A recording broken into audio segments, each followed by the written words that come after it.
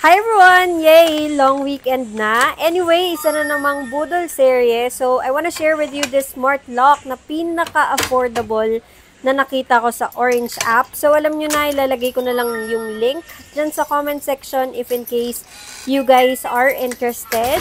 Napakadali nga lang i-lock netong smart lock natin. Ang gagawin nyo lang, itataas nyo lang yung handles. Tapos, ayun na, nakalock na siya. So, you can see dyan sa gilid.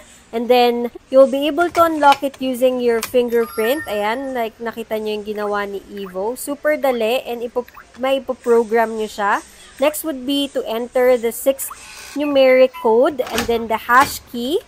And then, ma-unlock na din siya. And of course, our key cards. And then, pwede nyo rin gamitin yung hash key para mag-doorbell kayo dito, 'di ba? Meron ng tong built-in doorbell. And then yung second lock niya naman is nandito sa may baba. As you can see, yun lang yung con na nakikita ko. Mahirap lang siyang buksan. Pero overall, we are still satisfied with our purchase. So ito nga yung mga inclusions, dalawang key cards, dalawang keys para dun sa double lock. And then kung i-install nyo pala ito sa mga pintuan nyo, kailangan nyo ng dalawang holes.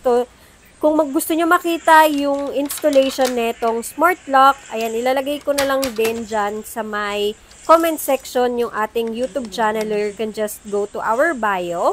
So, super duper easy din palitan yung battery neto. Ayan, slide up nyo lang siya, tapos tatanggalin nyo lang yung battery cover, kung yun yung tawag. Kailangan nyo ng 4 AA batteries, and then slide it back in, and then you're all set. So, o siya, ayun lang sa atin sa ngayon. Enjoy your weekend! Bye!